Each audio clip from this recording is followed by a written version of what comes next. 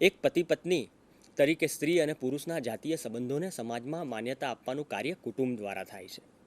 આપણે આગળ પણ જોયું કે જાતીય સંબંધ સમાજ માન્ય કરવામાં આવે છે. આ ઉપરાંત કુટુંબનું બીજું એક મહત્વનું કાર્ય છે પ્રજનન અને બાળ ઉછેર. કુટુંબની અંદર પ્રજનન અને બાળ ઉછેરનું કાર્ય જોવા મળે છે અને કોઈ પણ કુટુંબની અંદર આ વસ્તુ જોવા મળે છે. કુટુંબ દ્વારા અપાતું શિક્ષણ પણ ખૂબ જ મહત્વનું બને છે. તો સાથે સાથે કુટુંબ વ્યવસ્થાની અંદર જ્યારે આપણે જોઈએ ત્યારે સમાજમાં સ્થાન કુટુંબમાં કેવું હોય છે અને કુટુંબના સભ્યોનું સમાજમાં સ્થાન કેવું હોય છે એ બાબત પણ કુટુંબની સાથે સંકળાયેલી છે. મિત્રો, કુટુંબમાં કોઈ પણ બાળક જન્મે તો એ બાળકને સમાજમાં એક ચોક્કસ સ્થાન અને દરજ્જો આપવાનું કામ કુટુંબ કરે છે. શરૂઆતની જ્યારે આપણે વાત કરીએ તો નવા જન્મેલા બાળકનો કોઈ દરજ્જો હોતો નથી. જન્મથી જ સીધો એનો દરજ્જો હોતો નથી અને થોડા જ સમયમાં એ એક ચોક્કસ દરજ્જા સાથે જોડાય છે. એટલે જ્યારે બાળક જન્મે છે એ સમયે એનો દરજ્જો હોતો નથી, પરંતુ જેવો જન્મે એટલે લિંગને આધારે એનો દરજ્જો થાય અને કુટુંબની શાખને આધારે પણ એનો દરજ્જો ઘડાતો હોય છે. તો કુટુંબ એક દરજ્જાની ઓળખ પણ વ્યક્તિને આપતી હોય છે. આ ઉપરાંત કુટુંબનું એક ચોથું અને મહત્વનું લક્ષણ છે સમાજીકરણ. જૈવિક વૃત્તિઓ સાથે જન્મેલા માનવ બાળનું સામાજિક ઘડતર કરવાની પ્રક્રિયા એટલે સમાજીકરણ. એટલે સમાજીકરણની જ્યારે આપણે વાત કરતા હોઈએ છીએ મિત્રો, તો બહુ જ મહત્વની વસ્તુ એવી છે કે વ્યક્તિનું ઘડતર અને સમાજની અંદર જડતરનું કામ સમાજીકરણની આ સંસ્થા કરતી હોય છે. સમાજીકરણ એટલે શું? તો કે વ્યક્તિને કોઈક બાબતનો ડર રહે, તો સાથે સાથે એક એવી બાબતો પણ શીખે કે એ સમાજની અંદર ખૂબ જ ઉપયોગી પુરવાર થતી હોય. કુટુંબ એક એ રીતે પોતે શિક્ષણ આપવાનું કામ કરે છે. આ સમાજીકરણનું શિક્ષણ, સોશિયલાઇઝેશનની પ્રોસેસ આખી કુટુંબના ભાગરૂપે કુટુંબના સભ્યમાં થતી હોય છે. એ નવો જન્મેલો હોય કે વડીલ હોય, સમાજીકરણ એ એક સતત ચાલતી પ્રક્રિયા છે અને આ સતત ચાલતી પ્રક્રિયાને આગળ ઝલાવવાનું અને સમાજને સારામાં સારા સભ્યો પૂરું પાડવાનું કામ કુટુંબ કરતી હોય છે. મિત્રો, સમાજ વ્યવસ્થાની અંદર જ્યારે કુટુંબની આપણે વાત કરતા હોઈએ છીએ ત્યારે સમાજીકરણ કેવી રીતે થાય?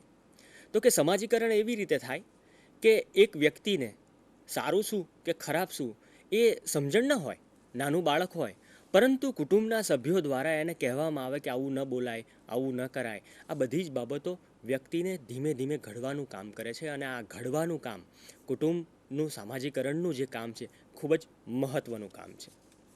આ ઉપરાંતનો આપણે મુદ્દો જોઈએ તો કુટુંબ બીજું એક મહત્વનું કામ એવું કરે છે કે કુટુંબ તેના બાળકને એના લિંગના આધારે ભૂમિકા પણ શીખવાડતું હોય છે.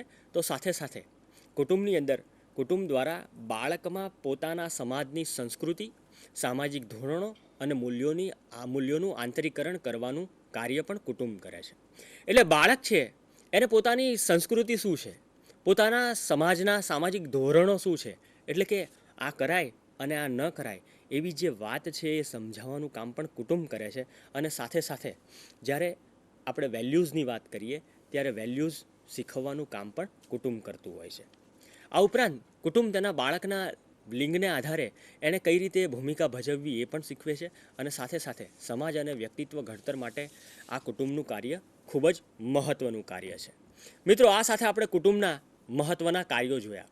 હવે આપણે કુટુંબના પ્રકારો તરફ જઈએ. જ્યારે કુટુંબના પ્રકારો જોઈએ તો કુટુંબના કદ અને રચનાને આધારે પ્રકારો થાય છે, જેમ કે વિભક્ત કુટુંબ. આ વિભક્ત કુટુંબમાં જૈવિક કે દત્તક લીધેલા બાળકોનો પણ સમાવેશ થાય છે. એટલે કે પોતાના સંતાનો ઉપરાંત જે સંતાનો ન હોય પરંતુ દત્તક લીધા હોય અને દત્તક સંતાન હોય એ લોકોની પણ ગણતરી એની અંદર કરવામાં આવે છે. અને સાથે સાથે જ્યારે આપણે સંયુક્ત કુટુંબ જોઈએ વિભક્ત કુટુંબની સાથે, ત્યારે 2 કે તેથી વધુ પેઢીના લોકો એમાં જોડાયેલા હોય છે. રક્ત સંબંધીઓ, આ બધા જ રક્ત સંબંધીઓ એક જ છત નીચે રહે છે, એક જ રસોડે જમે છે અને સહિયારી મિલકત ધરાવે છે. આપણે જ્યારે વિસ્તૃત કુટુંબ અને સંયુક્ત કુટુંબ અને વિભક્ત કુટુંબની વાતો કરતા હોઈએ ત્યારે ચોક્કસ વિસ્તૃત કુટુંબ વિશે મારે તમને વાત કરવી જોઈએ. એ આપણે સ્લાઇડમાં જોઈશું. મિત્રો, જે સમાજમાં ક્લાન પ્રથા છે, એટલે કે જૂથ, એક જ વંશમાં આવેલા સગાઓનું જૂથ જે કોઈ એક ચોક્કસ પિતૃની પૂજા કરતા હોય છે તેને આપણે ક્લાન કહીએ છીએ. ભારતની અંદર આ ક્લાન પ્રથા ખૂબ ઓછી જોવા મળે છે. ખાસ કરીને સિનો તિબેટિયન જે આદિવાસી સમૂહો છે એની અંદર જોવા મળે છે. એટલે નોર્થ ઇસ્ટના રાજ્યોની અંદર આ પ્રથા જોવા મળે છે, પરંતુ એ પણ ગણીને 1-2 સમુદાયોમાં જ જોવા મળે છે. પરંતુ મોટે ભાગે જાપાન, ચીન, તિબેટ જેવા દેશોની અંદર આ પ્રથા જોવા મળે છે. અને આ રીતે વિસ્તૃત કુટુંબને આપણે સમજી શકાય છે. હવે કુટુંબના આધારે આપણે પ્રકાર પણ જોઈ લઈએ. કુટુંબના આધારે પ્રકાર જોવાના હોય તો આપણે સ્લાઇડમાં આગળ વધશું. હા મિત્રો, એક તમને ક્લાન વિશે માહિતી મને એવું થાય છે કે આપવી જોઈએ. એક જ ક્લાનના 2 કે તેથી વધુ પેઢીની ઊંડાઈવાળા કુટુંબોને વિસ્તૃત કુટુંબ કહેવાય. મિત્રો, જ્યારે આપણે ક્લાનની વાત કરતા હોય છે તો આપણા માટે સમાજ જીવનની અંદર કુટુંબ વ્યવસ્થા આપણે જોઈ હોય છે. સંયુક્ત કુટુંબને પણ આપણે સમજીએ છીએ અને વિભક્ત કુટુંબને પણ બહુ સરળતાથી સમજીએ છીએ. પરંતુ જ્યારે વિસ્તૃત કુટુંબની વાત આવે ત્યારે ક્લાન પ્રથા ખૂબ જ મહત્વની બને છે. બહુ સ્વાભાવિક છે કે ભારતીય સમાજ જીવનની અંદર ક્લાન પ્રથા કુટુંબ વ્યવસ્થામાં જોવા મળતી નથી, પરંતુ અન્ય દેશોની અંદર બર્મા, ચીન, જાપાન, તિબેટ આવા દેશોમાં ક્લાન પ્રથા જોવા મળે છે. આપણે કુટુંબના આધારે પ્રકાર જોઈએ. મિત્રો, કુટુંબના આધારે પ્રકાર આવી રીતે પડી શકે: જન્મ ઉછેર કુટુંબ, પ્રજનન કુટુંબ. લગ્નના આધારે જ્યારે કુટુંબ જોવું હોય તો એક પતિ પત્નીવાળું કુટુંબ, બહુપત્ની પતિવાળું કુટુંબ, અથવા તો બહુપતિત્વ જ્યાં જોવા મળે એવું કુટુંબ પણ આપણે કહી શકીએ. આ ઉપરાંત જ્યારે આપણે નવો એક આધાર જોઈએ કુટુંબના ઘડતર માટેનો, તો વંશના આધારે એને જોઈ શકાય. તો એની અંદર પિતૃવંશી કુટુંબ હોય, માતૃવંશી કુટુંબ હોય અને ઉભયપક્ષી કુટુંબ હોય. એટલે ક્યારેક માતૃવંશી અને ક્યારેક પિતૃવંશી કુટુંબો પણ જોવા મળતા હોય છે. આપણે આ માતૃવંશી કુટુંબ અને પિતૃવંશી કુટુંબની વાત કરવાના છીએ, પરંતુ આજે કુટુંબ વ્યવસ્થાના મહત્ત્વના લક્ષણો, કાર્યો અને એ બધું મૂકવાનું હતું. એટલે આપણે દામોદરી ઇલોમ સહિતના જે કુટુંબ વ્યવસ્થાની વાતો કરવાની છે એ આગળના વ્યાખ્યાનમાં આપણે ચોક્કસ કરશું. પરંતુ કુટુંબના વિવિધ પ્રકારોમાં 5મો પ્રકાર એટલે સત્તાના આધારે પ્રકાર. તો સત્તાના આધારે પ્રકારની જ્યારે આપણે વાત કરતા હોઈએ તો એક એવો પ્રકાર પણ પાડી શકીએ કે પિતૃસત્તાક વ્યવસ્થાના આધારે કુટુંબ વ્યવસ્થા અને માતૃસત્તાક કુટુંબ વ્યવસ્થાને ગણાવી શકાય. મિત્રો, પિતૃસ્થાની અને માતૃસ્થાનીમાંથી જ આ સત્તાનો એક આધાર આવતો હોય છે અને આ સત્તાના આધારે પિતૃસત્તાક અને માતૃસત્તાક કુટુંબ વ્યવસ્થા રચાતી હોય છે. એ પછીનો મુદ્દો જોઈએ આપણે તો વસવાટના સ્થળને આધારે જે વ્યવસ્થા આવી છે કુટુંબ વ્યવસ્થા, એની વાત કરી શકીએ. તો વસવાટના સ્થળને આધારે પિતૃસ્થાનીય અને માતૃસ્થાનીય અથવા તો માતૃપિતૃસ્થાની એવી વ્યવસ્થા આવે. મિત્રો, જે ઉભયપક્ષીની આપણે વાત કરી હતી, આ વસવાટના સ્થળને આધારે પણ માતૃપિતૃસ્થાની એ ઉભયપક્ષી વ્યવસ્થાનો જ એક ભાગ છે અથવા એવી જ રીતની વાત છે એવું સમજવું. જ્યારે લગ્ન થાય અને લગ્ન પછી સ્ત્રીને પુરુષના ઘેર રહેવા જવાનું થાય તો પિતૃસ્થાની વસવાટના આધારે વ્યવસ્થા હોય, અને જ્યારે લગ્ન પછી પુરુષને સ્ત્રીના ઘેર જવાનું હોય તો સ્વાભાવિક છે કે માતૃસ્થાની કુટુંબ હોય. તો આવા સંજોગોની અંદર માતૃસ્થાની જે વ્યવસ્થા છે એ વસવાટના આધારે ઘડાઈ હોય છે.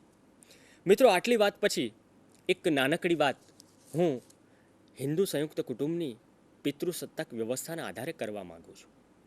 તમને એવો વિચાર થતો હશે કે કુટુંબ સંસ્થાની જ્યારે આપણે વાત કરીએ છીએ ત્યારે સંયુક્ત કુટુંબની વાત જોવી જ જોઈએ. સંયુક્ત કુટુંબ એ એકબીજા સાથે અમુક ચોક્કસ પ્રકારના રક્ત સંબંધો ધરાવતા વ્યક્તિઓનું બનેલું જૂથ છે. તો જ્યારે આપણે એક જ પ્રકારના રક્ત સંબંધો ધરાવતા વ્યક્તિઓનું જૂથ છે એમ કહીએ છીએ તો બીજી બાબત એવી પણ જોવું પડે કે જેઓ સામાન્ય રીતે એક જ મકાનમાં વસવાટ કરે છે, એક જ રસોડે જમે છે, કુટુંબની ધાર્મિક પૂજા આરાધનામાં સમાન રીતે ભાગ લે છે. જ્યારે સંયુક્ત કુટુંબની આપણે આવી વ્યાખ્યા કરતા હોઈએ છીએ ત્યારે બહુ સ્વાભાવિક છે કે કુટુંબ વ્યવસ્થાની અંદર જે સંયુક્તતાની માત્રા આપણે જોતા હોઈએ છીએ એ માત્રા ચોક્કસ આપણે તપાસવી પડે. વર્તમાન સમયની અંદર કુટુંબ વ્યવસ્થાની અંદર એક નવું પરિમાણ આવ્યું છે વિભક્ત કુટુંબો અથવા તો ઓછા સભ્યોવાળું કુટુંબ. અગાઉ મેં કહ્યું એટલે આપણે વાત એની વિગતે નહીં કરીએ, પરંતુ આજના જમાનામાં વિભક્ત કુટુંબ એ સમાજની અંદર આપોઆપ આવેલી વ્યવસ્થા છે. એટલે સામાજિક સંસ્થાઓની જ્યારે મિત્રો આપણે વાત કરીએ છીએ તો બહુ સ્વાભાવિક છે કે સામાજિક સંસ્થાઓ છે ને એ સ્થિતિસ્થાપક છે.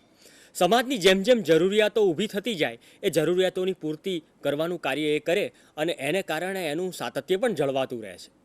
આવું જ સાતત્ય જાળવતી એક સંસ્થા એટલે કે લગ્ન સંસ્થા, અને લગ્ન સંસ્થાની વાત કરવા માટે મારા અંગત મિત્ર અને સમાજશાસ્ત્રની અંદર જેમણે એક યુવાન હોવા છતાં ખૂબ જ સરસ મજાનું વર્ગખંડ શિક્ષણ દ્વારા એક પ્રદાન કર્યું છે એવા પ્રોફેસર યોગેશભાઈ રાજગોર લગ્ન સંસ્થા વિશે આપની સમક્ષ વાત કરવા માટે ઉપસ્થિત થાય છે. યોગેશભાઈને હું વિનંતી કરું, સર આપ લગ્ન સંસ્થા વિશે વાત કરો. આભાર રાજેન્દ્રભાઈ. મિત્રો, માનવ સમાજની પાયાગત સંસ્થાઓ અંતર્ગત કુટુંબ સંસ્થા વિશે રાજેન્દ્રભાઈએ જે સમજ આપી એના જ અનુસંધાને હું લગ્ન સંસ્થા વિશે થોડીક આપને માહિતી આપવા માગું છું. મિત્રો, આપણું સમગ્ર જે જીવન જે છે એરિસ્ટોટલની જે વાત રાજેન્દ્રભાઈએ કરી એના જ અનુસંધાને આ વાત પણ અભિપ્રેત છે. કે સમગ્ર માનવ જીવન એના સંસ્થાકીય માળખાઓમાં જીવાતું હોય છે. એટલે માનવ જીવન જે છે એ જુદી જુદી સંસ્થાઓ, જેમ કે કુટુંબ છે, લગ્ન સંસ્થા છે, અર્થ સંસ્થા છે, જ્ઞાતિ સંસ્થા છે, આવી જુદી જુદી સંસ્થાઓમાં આખું માનવ જીવન એ જીવાતું હોય છે. સમાજશાસ્ત્રીઓનું એક જૂથ જે વાત કરે છે તેમ કે સમગ્ર સમાજ વ્યવસ્થામાં પાયાગત કોઈ સંસ્થા હોય તો મિત્રો એ કુટુંબ સંસ્થા છે. પણ કુટુંબ સંસ્થાને પોષક અને પ્રેરિત કોઈ સંસ્થા હોય તો મિત્રો એ લગ્ન સંસ્થા છે. એટલે જ્યારે કુટુંબ સંસ્થાની આપણે કોઈ વાત મૂકતા હોઈએ ત્યારે એ અંતર્ગત આપણે લગ્નને પણ સમજવાનો પ્રયત્ન કરવો જોઈએ. તો કોઈ એક સંસ્થાની સામાન્ય જો આપણે સમજ મેળવીએ તો સમાજના સાંસ્કૃતિક વારસાના હસ્તાંતરમાં કોઈ એક સંસ્થા એ મહત્ત્વની ભૂમિકા ભજવે છે. સામાજિક સંસ્થાઓના સંદર્ભમાં ગિસ્બર્ટ નામના જે સમાજશાસ્ત્રીએ જે વાત સમજાવી છે તો એમણે એવું કંઈક એવું વાત કરી છે કે ભાઈ કોઈપણ સંસ્થા એ વ્યક્તિઓને જૂથો વચ્ચેના સંબંધોને નિયંત્રિત કરતી અને લાંબા સમય સુધી ટકી રહેતી એક સ્વીકૃત કાર્યપ્રણાલિકા છે. તે જ રીતે મેકાઈવર અને પેજ પણ કાંઈક આ વાતને રદિયો આપે છે. એ એવું કહે છે કે ભાઈ કોઈપણ સમૂહ પ્રવૃત્તિની પ્રસ્થાપિત જે કાર્યપ્રણાલી છે એ કાર્યપ્રણાલીને આપણે સંસ્થાના અર્થ તરીકે ઓળખાવી શકીએ. તે જ રીતે માનવ પ્રવૃત્તિને માર્ગદર્શન આપતી કાર્યપદ્ધતિ એક સંસ્થા તરીકે ઓળખાવી શકાય. સંસ્થાના સંદર્ભમાં મહત્ત્વની જે બાબત આપણને જોવા મળે છે તે કે માનવ સમાજની જરૂરિયાતો પૂરી પાડતી જો કોઈ વ્યવસ્થા છે તો મિત્રો એ સંસ્થા છે. તો આવી જુદી જુદી સંસ્થાઓ અંતર્ગત માનવ સમાજ જીવનને ઘાટ મળે છે અને સમગ્ર માનવ જીવનને માર્ગદર્શિત કરવાનું કામ પણ આ મિત્રો સંસ્થાઓ અંતર્ગત થતું હોય છે. સંસ્થા અંતર્ગત એક બાબતની સ્પષ્ટતા અહીંયા કરવી જરૂરી એટલા માટે છે કે જે કંઈ સંસ્થાઓ છે એ સમૂહગત પેદાશ છે, એ કોઈ વ્યક્તિગત પેદાશ નથી. સમગ્ર સમાજની સહિયારી જરૂરિયાતની પરિપૂર્તિ અર્થે સમગ્ર સમાજે ઊભી કરેલી એક કાર્યપ્રણાલિકા અથવા કે ડેવિસના સંદર્ભમાં કહીએ તો લોકરીતિઓ, લોકનીતિઓ અને કાયદાઓનું સંકુલ એટલે સામાજિક સંસ્થા. તો આમાંની એક સંસ્થા જેની વાત કુટુંબ સંસ્થાની જે રાજેન્દ્રભાઈએ વાત કરી અને એ બીજી સંસ્થા જે મહત્ત્વની છે એ લગ્ન સંસ્થા. તો મિત્રો થોડીક વાત આપણે લગ્ન વિશે પણ સમજવાનો પ્રયત્ન કરીએ. લગ્ન સંસ્થા એ અનિવાર્ય સંસ્થા છે. સમાજની સાર્વત્રિક સંસ્થાઓ, પ્રત્યેક સમાજની કેટલીક સાર્વત્રિક સામાજિક રચનાઓ હોય છે અને સામાજિક સાર્વત્રિક રચનાઓ અંતર્ગત જો કોઈ હોય તો મિત્રો એ લગ્ન સંસ્થા છે. લગ્ન સંસ્થા એ કુટુંબ વ્યવસ્થા સાથે અભિપ્રેત છે અને એ અર્થમાં લગ્ન સંસ્થા સાર્વત્રિક રીતે આપણને પ્રત્યેક સમાજમાં જોવા મળે છે. પ્રત્યેક સમાજમાં જોવા મળે છે એનો અર્થ મિત્રો એવું કરી શકાય કે એનું સ્વરૂપ, એના હેતુઓમાં કદાચ આપણને ભિન્નતા જોવા મળે. જેમ કે આપણે હિન્દુ લગ્નની વાત કરીએ તો ભારતની અંદર હિન્દુ લગ્નને આપણે પવિત્ર સંસ્કાર તરીકેની વાત કરીએ છીએ.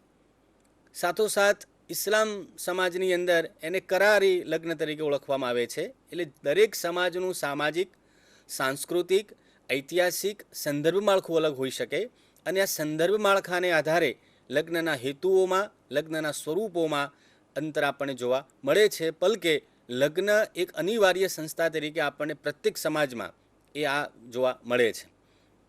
લગ્નના અર્થની જો સમજ આપણે મેળવીએ તો જુદા જુદા સમાજશાસ્ત્રીઓએ એ લગ્ન અંતર્ગત વાત કરી છે. સર્વસામાન્ય જો વાત કરવી હોય તો એવી કરી શકાય કે લગ્ન એ સ્ત્રી અને પુરુષ વચ્ચેનો એક વિશિષ્ટ પ્રકારનો સંબંધ છે. મિત્રો અહીં વિશિષ્ટ બહુ મહત્ત્વની બાબત છે કે જે જાતીય સંબંધો સમાજ માન્ય રીતે અને કાયદેસર રીતે પ્રાપ્ત થયેલા જોવા મળે છે. એટલે લગ્ન વડે સ્ત્રી પુરુષના જાતીય સંબંધોને એ કાયદેસરતા પ્રાપ્ત થાય છે. તે જ રીતે જોન્સન જે વાત કરે છે તે પ્રમાણે કે સ્ત્રી અને પુરુષ એક સ્થાયી સંબંધમાં પ્રવેશીને પોતાનું સામાજિક સ્થાન ગુમાવ્યા વિના બાળકો ઉત્પન્ન કરવાની સામાજિક અનુમતિ પ્રાપ્ત કરે છે. એટલે જોન્સનની વાતમાં કંઈક વિશેષ સ્પષ્ટતા આપણને જોવા મળે છે. વેસ્ટરમાર્ક જે કંઈ વાત કરે છે એ એના અનુસંધાને જો કહીએ તો લગ્ન એ એક કે વધારે પુરુષોનો એક કે વધારે સ્ત્રીઓ સાથેનો સંબંધ છે જેનો સમાજના રિવાજો કે કાયદાઓ વડે સ્વીકાર થાય છે. મિત્રો, આપણે વાત કરી તેમ હિન્દુ લગ્નને એક પવિત્ર સંસ્કાર તરીકે ગણવામાં આવે છે. કોઈપણ આપણે ભારતીય પરંપરામાં અને હિન્દુ શાસ્ત્રો પ્રમાણે જો કહીએ તો વ્યક્તિનો બર્થ થાય તે પહેલાંથી માંડીને વ્યક્તિનું ડેથ થાય તે પછીના ગાળામાં જુદા જુદા પ્રકારના 16 સંસ્કારોમાંથી એ માનવે પસાર થવાનું હોય છે. અને આ 16 સંસ્કારો પૈકી શ્રેષ્ઠ અને પવિત્ર સંસ્કાર જો કહેવામાં આવ્યો હોય તો એ લગ્ન છે.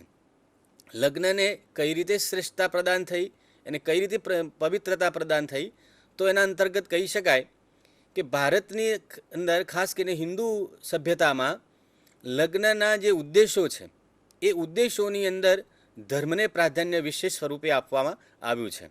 એટલે અહીંયા જે સ્પષ્ટતા કરવા માગું છું તે કે લગ્નના જે અલગ અલગ આશયો છે, જે હેતુઓ છે, એ હેતુઓની અંદર હિન્દુ સંસ્કૃતિમાં વ્યક્તિએ લગ્ન એટલા માટે કરવા જોઈએ કે ભાઈ ધર્મ એની સાથે અભિપ્રેત છે.